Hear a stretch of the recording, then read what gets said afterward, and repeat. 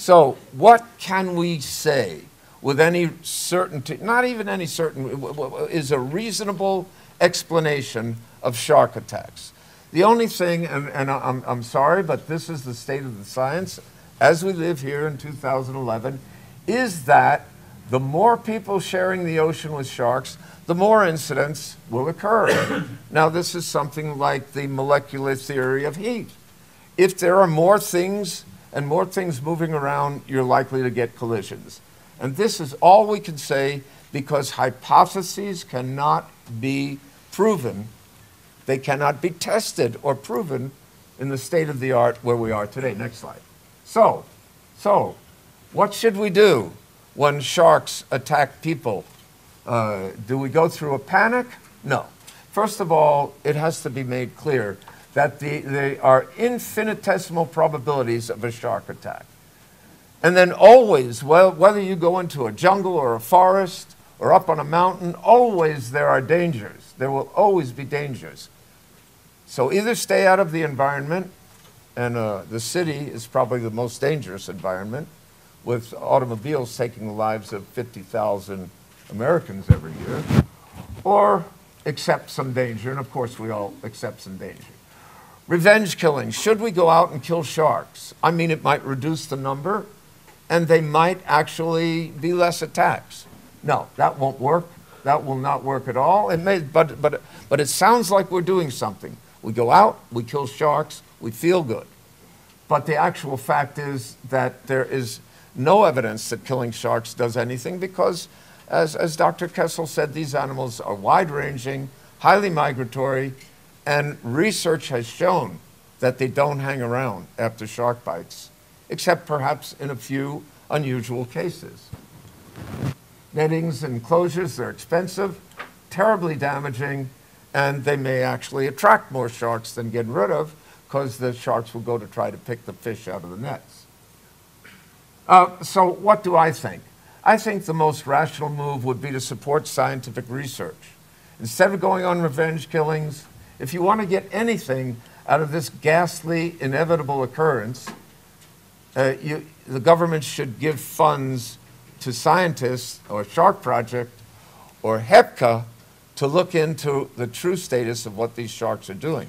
And this was done in the United States in the Hawaii program, where for years they killed sharks, but then they decided to give money to the Hawaii Institute of Marine Biology, and they found that these tiger sharks that killed people 1 every 10 years actually don't hang around the island at all. They move offshore and onshore. Okay, finally, I've probably used up more than my time. Next slide. This is as a marine biologist, this is my thought. The biological point of view, the real problem is that man eats shark, as you can see with this finned lemon shark, not that shark eats man, and of course this is with all due respect for the victims. But the victims are not the problem in this case. There are very important reasons why we need sharks. And of course that's no excuse for the victims, and I want to make that very clear.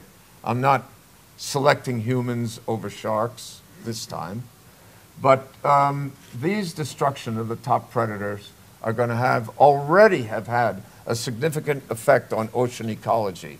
And we now know for a fact that when you remove sharks from a reef area, when you kill them off, the reef very quickly dies. As Gerhard says, it's almost like throwing a switch. Next slide, final slide. Final slide. The villain, oceanic whitetip, is still the poster child of Egyptian diving, as it well should be. It's a magnificent animal, and we cannot blame it for what happened.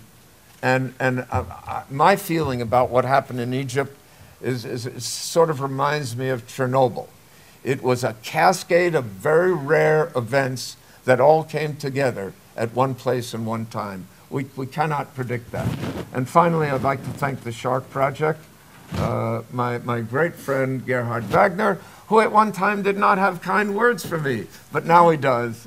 And, and of course, the ever-charming Tina Gestner, thank you, Andreas Kapler, head of German Sharkproject, and our benefactor, Erwin Reich, and my dear friend Wolfram Kosch, who is right here in front, making me a movie star. I'd be happy to take questions, but I think we have to move on. Ja.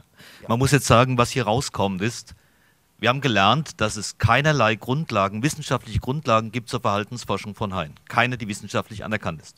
Aber jeder meldet sich zu Wort und weiß, warum diese Unfälle passiert sind. Wir müssen also erkennen, man weiß es nicht, man handelt aber. Und man handelt auf einer Basis, die krank ist. Ich darf es vielleicht nochmal zusammenfassen. In den letzten 6 Jahren, in den letzten 5 Jahren gab es rund 64 sogenannte Shark Attacks. Shark Attack bedeutet schon, wenn ein Hai das Maul aufreißt und Zähne zeigt, das wird bereits als Shark Attack gemeldet. Es gab tatsächlich durchschnittlich 4 Tote pro Jahr, weltweit. Aufgrund dieser Basis entscheidet man in Ägypten, und ich darf vielleicht unterscheiden.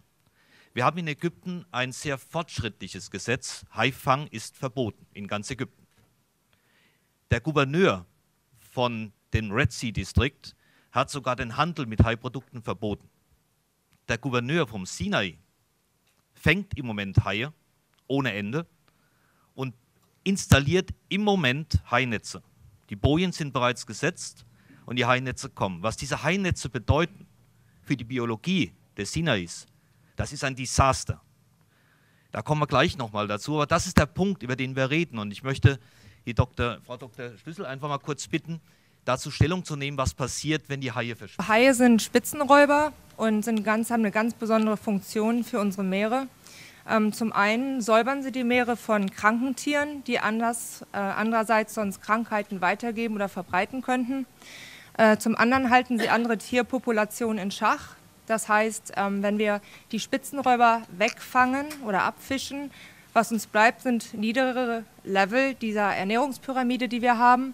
Und im Grunde genommen ähnlich wie bei Tieren in der Serengeti zum Beispiel, wo man Löwen oder Geparden wegfängt. Was wir haben, ist eine großartige Vermehrung von Grasfressern, die letztendlich sich selber die Nahrungsgrundlage, nämlich das Gras, wegfressen. Und dann kommt es eben zum Verhungern vieler Tiere, zum Ausbrechen von Krankheiten. Und ähnliche Ökosystemdesaster erwarten uns eigentlich auch dann am Meer, wenn wir eben die Haie wegfangen, dass andere Tiere sich dann zu sehr vermehren, Krankheiten ausbrechen können, Systeme zusammenbrechen und ja, genau Auswirkungen weiß man eben nicht, aber es ist eben sehr wahrscheinlich, dass es große Konsequenzen haben würde. Also wenn die Haie sterben, stirbt das Meer, das sagen viele Experten. Und man ist bereit im Moment im Sinai, die Umwelt zu opfern, wegen mehr Touristen, die kommen. Und das bedeutet, dass 15 Jahre Umweltarbeit, gute, erfolgreiche Umweltarbeit in Ägypten einfach über Bord geworfen wird. Was wir zu den Netzen zu sagen haben, ist recht eindeutig. Ich spreche hier nicht nur als Sharkproject, sondern mit verschiedenen anderen Naturschutzorganisationen. Wenn Sinai diese Haischutznetze installiert, werden wir eine Kampagne dagegen fahren und alles, was wir haben, an Kraft einsetzen, dass keine Taucher mehr nach Sinai gehen. Es ist eine unglaubliche, ein Umweltfrevel, der da passiert, gegen besseres Wissen, gegen alles, was Experten sagen, was Wissenschaftler sagen. Und genau dagegen wollen wir vorgehen. Wir haben heute Vertreter des ägyptischen Tourismusministeriums hier, Umweltministeriums hier, die sehr interessiert sind, die auch weitergemeldet haben. Ich hoffe, dass wir gemeinsam was erreichen können. Ich kann nur alle Taucher auffordern, hier mitzumachen. Und ich bin auch nicht alleine. Ich möchte einen guten Freund hier nochmal vorbitten, Mr. Amar Ali, auch zum Thema Netze und Egypt. Amar. Er ist etwas unvorbereitet, aber das sind wir.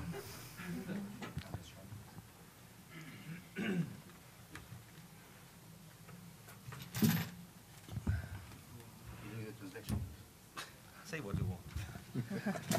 Anything? I can sing. I can sing. Yeah, sing. Good evening, everybody. Good afternoon, actually. I would like to thank the Sharkproject for inviting us here today, and I would like to thank you all for coming. When the incident happened last month, the problem with us would not as Dr. Sam said, our deepest condolences, of course, goes to the victims of any incident, which is something very normal.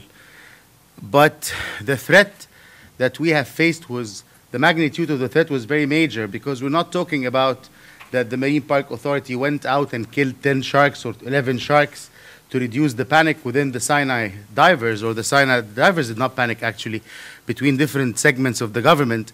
The main threat was that after 15 years of working on conservation laws to protect sharks population in Egypt that we were very proud of, we're very proud of that Egypt has one of the very few countries that has very strict laws concerning the protection of sharks.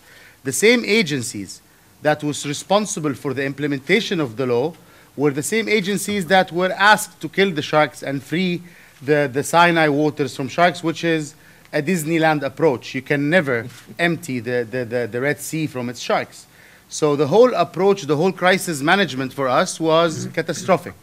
What we're doing today with the Shark Project and with the help of the sincere scientists we have is we're sending a very strong message. People, number one, will not stop going to Sinai because there are sharks in the water. But people will stop going to Sinai because there is a humiliation of dealing with natural resources in these places. This is the problem. The problem is not sharks attacking divers. No. The same day that the incident happened, 1 week after the incident happened, we had 67 liveaboards diving Elphinstone, Brothers, Zabargad, Daedalus, the San John reefs, and people were diving with sharks starting 6 o'clock in the morning. The business was not affected on the divers level.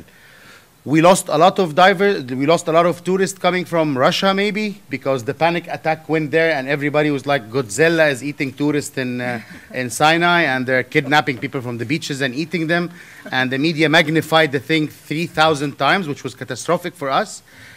We attended a meeting with the Investors Union and we understand their concern. If someone have invested 300 million pounds in building hotels, taking money from loans from banks, and suddenly his hotel business is collapsing because people are panicking and not coming, we do understand all of this.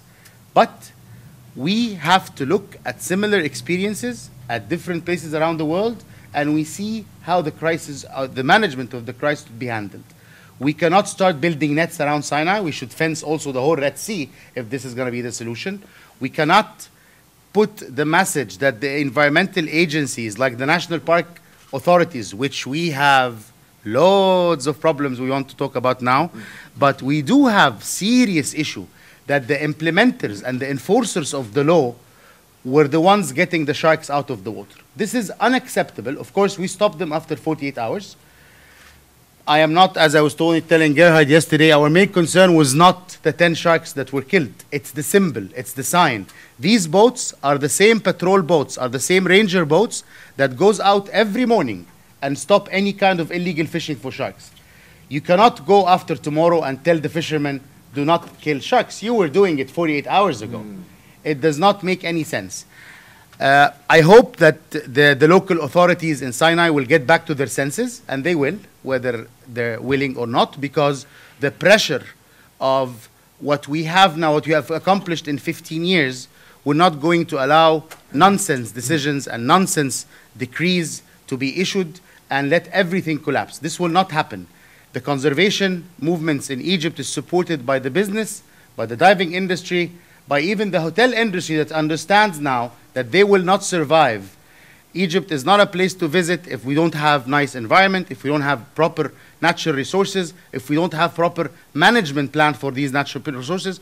People will not be interested. They can go anywhere else. Okay? So it is not the tree-hugger approach I was telling that will make the sharks survive. It's the economy of the scale that will make these sharks survive. It's the economics of the whole industry, the diving industry and the tourism industry that will protect these sharks. Once again, I thank you so much for coming, and we are open to questions whenever you have questions. Ja, wir möchten noch mal kurz sagen, wir werden hier viele Organisationen zusammenstehen. Wir werden nicht zulassen, wir werden dagegen kämpfen, dass diese Netze installiert werden, mit allem, was wir können. Maßnahmen sind am Vorbereiten. Wir können nur hoffen, dass die ägyptische Regierung, die ägyptische Umweltminister hier einen Stopp macht. Gegen den Gouverneur von Sinai haben wir unsere eigene Meinung. Man darf Ägypten nicht komplett verteufeln. Es gibt wunderschöne Ecken zu tauchen. Es gibt gerade im Red Sea-Distrikt einen Gouverneur, der den Haischutz sehr hoch hält. Aber genau hier im Sinai wegen einer Haitoten, ich möchte das nicht wieder runterspielen, das ist dramatisch genug und die Unfälle, die waren sehr blutig, waren sehr schlimm. Aber wenn wir ins Meer gehen, müssen wir damit rechnen, dass uns was passieren kann. Und das ist so wenig, dass es noch nicht mal eine Statistik darüber, eine funktionierende Statistik gibt.